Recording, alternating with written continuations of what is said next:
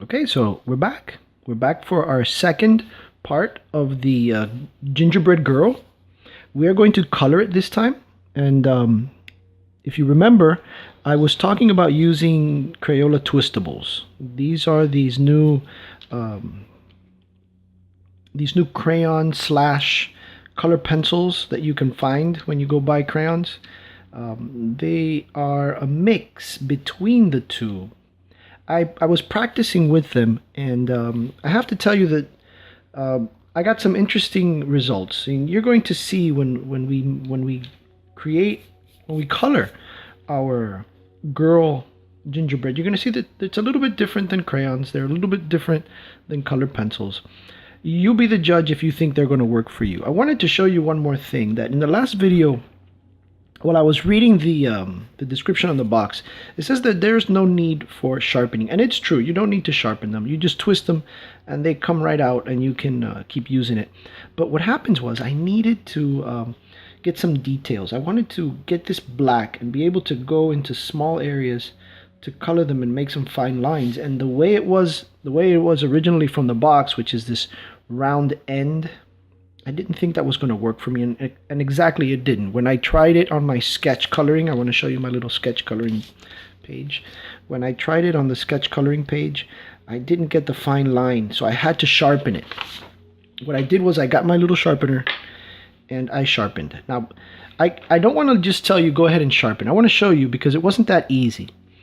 Let me bring my little container, my little sharpening bucket, where I like to drop all the sharpening shavings.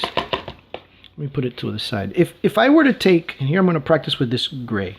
If I take my twistable and I put it into the sharpener and I twist it, it's going to get to the point where it's going to twist along with the plastic.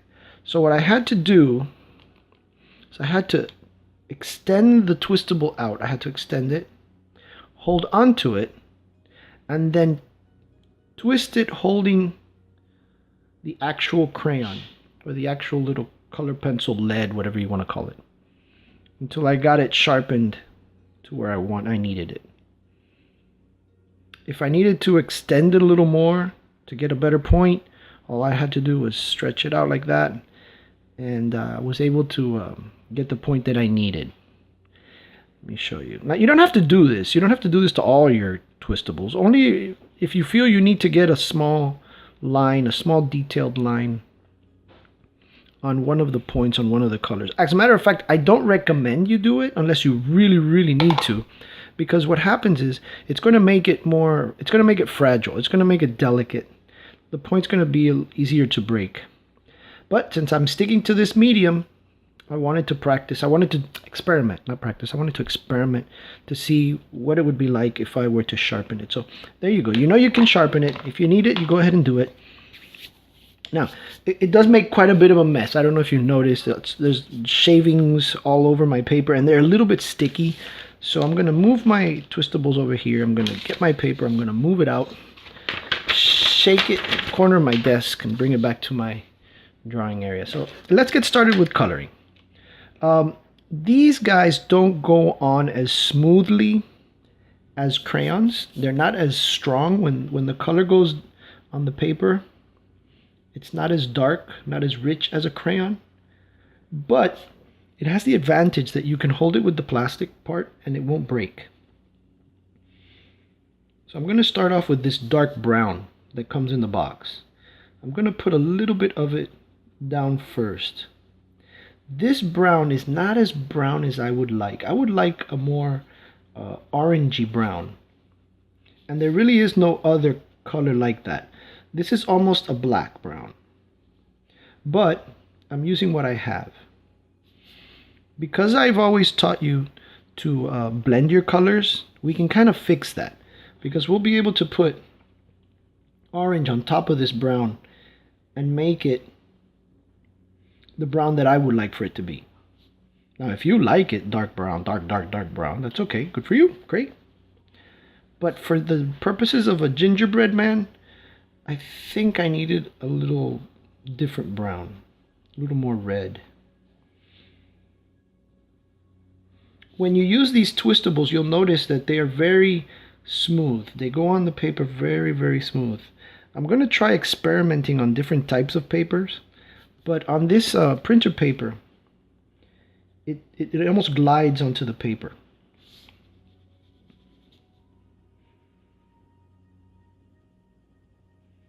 They are very comfortable in the hand, I'll tell you that. They're not like the crayons where you're always thinking, oh my god, they're going to break. They're going to break if I press too hard or if I put too much pressure. I'm sure I can break it if I extend it out really long and I push down on it. I'm sure I can break it, but I'm trying not to break it, so I'm going to just use the little tip.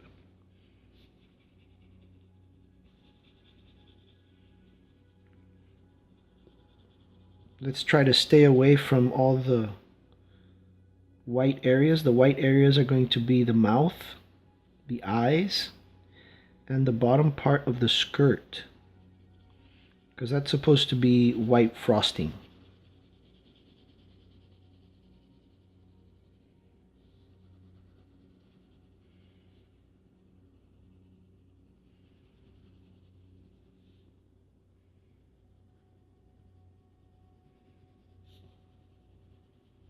Remember, you don't want to go too dark.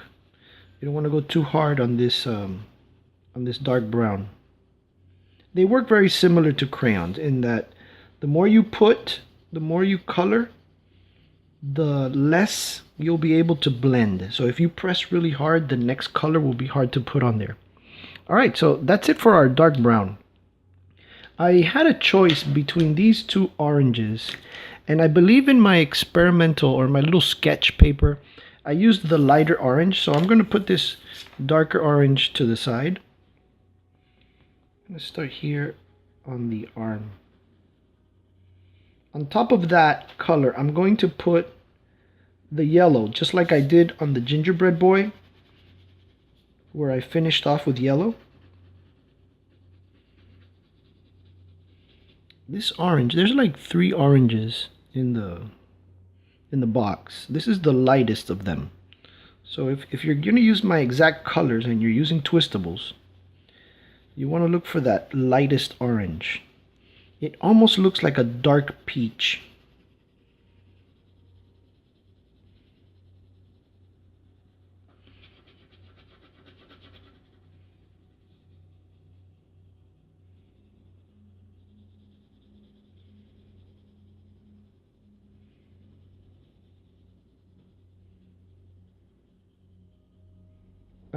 I've noticed in class that some of my students have these twistables and then other students have the thinner ones. They're almost like very thin pencil points.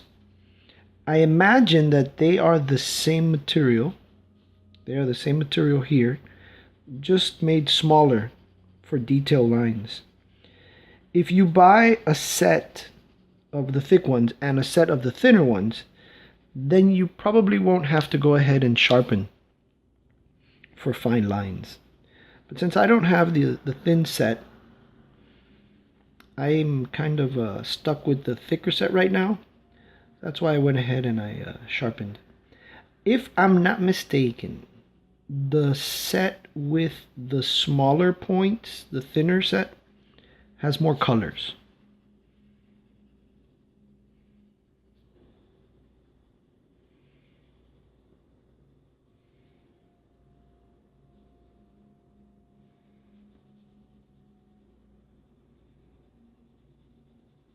Almost done with the head.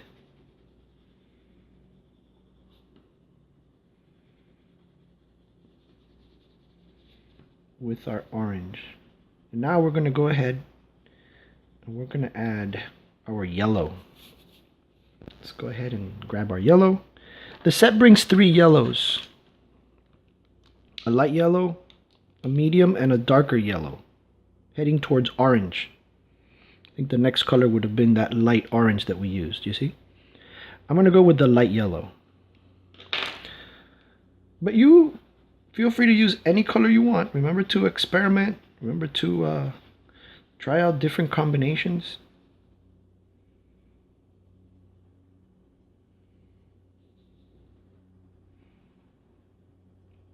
I'm just going to put the yellow right on top lightly.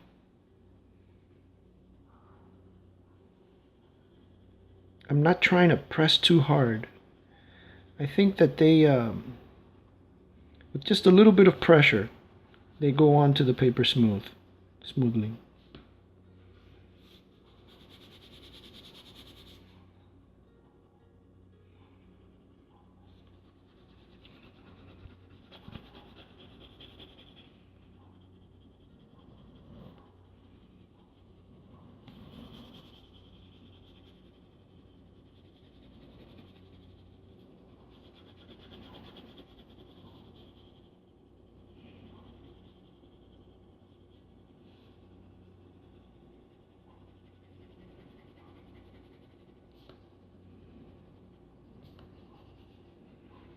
That's pretty good.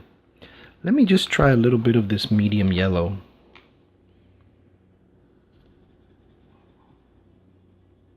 Just to see. Maybe right here at the bottom, I add a little bit.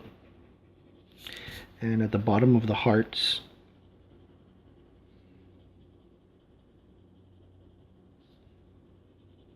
Maybe down here at the bottom. Right below the line of the skirt.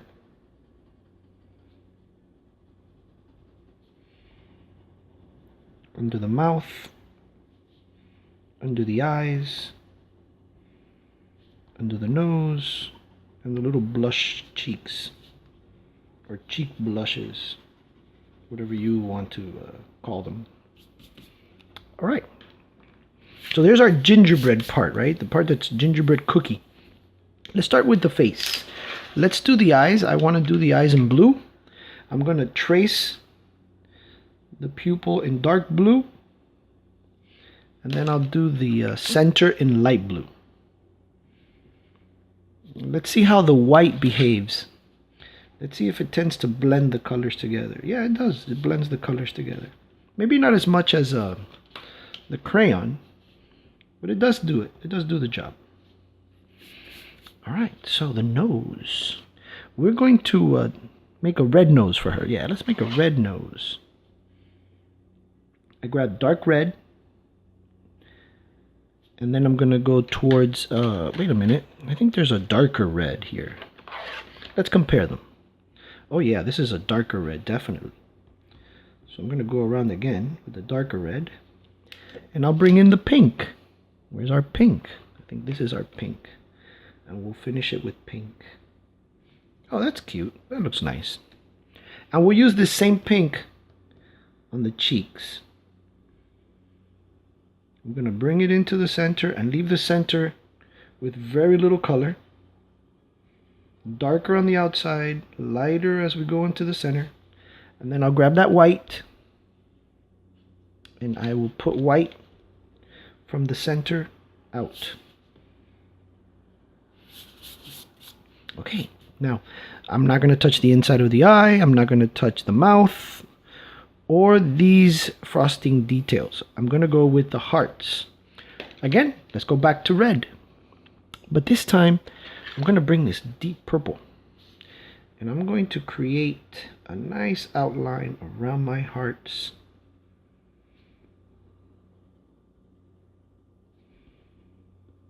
I'm pressing a little hard, and I'm noticing that it doesn't break. That's a good thing, because compared to crayons, these are stronger. Then I'll go with my next red.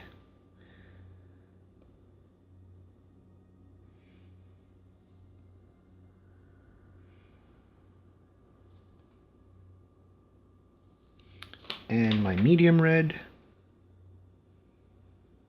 Put in a little bit of that red in there, not too much, because I want to finish with pink.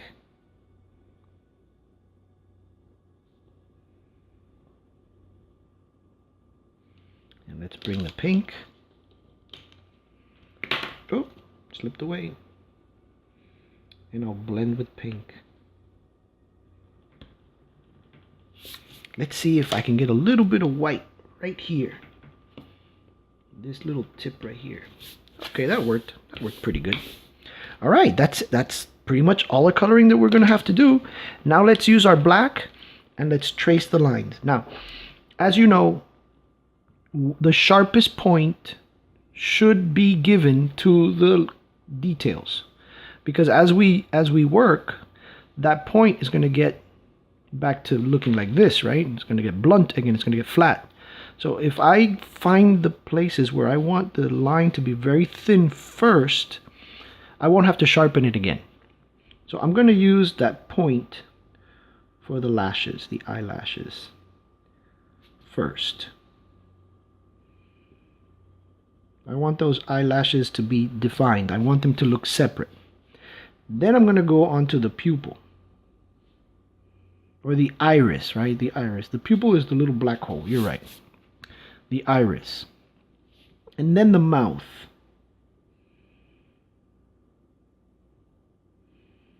As you notice, I'm losing the really sharp point. It still has a point, but it's not as sharp. But that's okay, because from now on, I really don't need that sharp of a point. The nose, and then the eyes,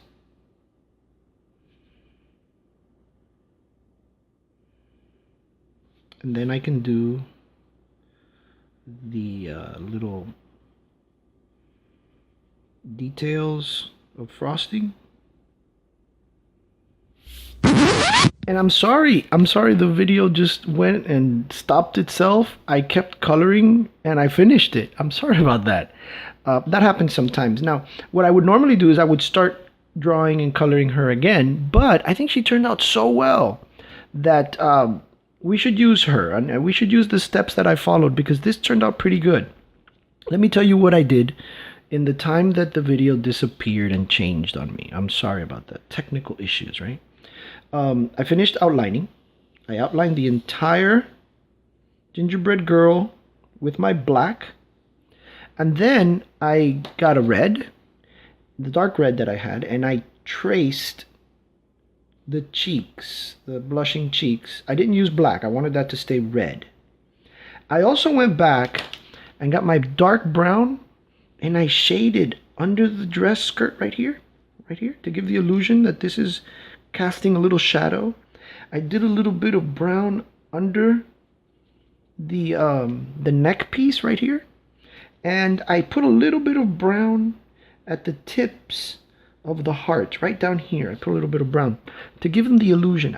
You know what? I almost forgot, but a little bit of brown under the nose would also make a nice little addition to our little shading. Because it's a more advanced drawing than the gingerbread boy, I wanted to go ahead and show you a little more shading. And after I finished with the brown, I went ahead and I took the gray that I had sharpened, and I put a little bit of gray at the bottom of all my white frosting areas here, right? At the bottom half here. Now, I don't know if the camera's picking it up, but I'll bring it a little closer to see if you can see it. There is no darker gray. This is the only gray. This is a light gray. If you have a medium gray, then you could add it at the bottom. A little bit at the bottom here too. Let me see. I'm going to bring it up to see if you guys can see it in the camera. If you can see the gray. Can you see the gray maybe here at the bottom of the skirt? Yeah, I think that can be seen. You don't want to go all the way to the top. Leave the top white. Just a little bit of gray at the bottom. Okay. Again, I want to apologize for the little technical hiccup. But I think we got far enough where you can understand what we were doing with our colors. Plus, if you're doing this one, you're a more advanced art student. So you can compensate, right, for that missing tracing lines. I hope you enjoyed our more advanced lesson. I hope you liked using twistables. I enjoyed using them. I don't think they're going to replace my color pencils, and I don't think they're going to replace my crayons. But they're a nice little tool to have, because you can throw them into your pouch. You know they're not going to break. You can twist them in, twist them out. If you don't have a sharpener, it's no big deal, because you can get some, you can get some easy point right out of it, And they're not too expensive. So definitely give these twistables a try. If you like the video, remember, thumbs up. If there's anything you want to tell me, any suggestions, concerns, complaints, leave it in the comments below, and I'll be sure to leave a reply. Remember, if you subscribe, you'll be able to get notifications when there is new art for you to use, for you to make. And I'm glad that you were able to stay with us for a little bit, stay together, and we can make a little bit of art. And I hope you enjoyed the video.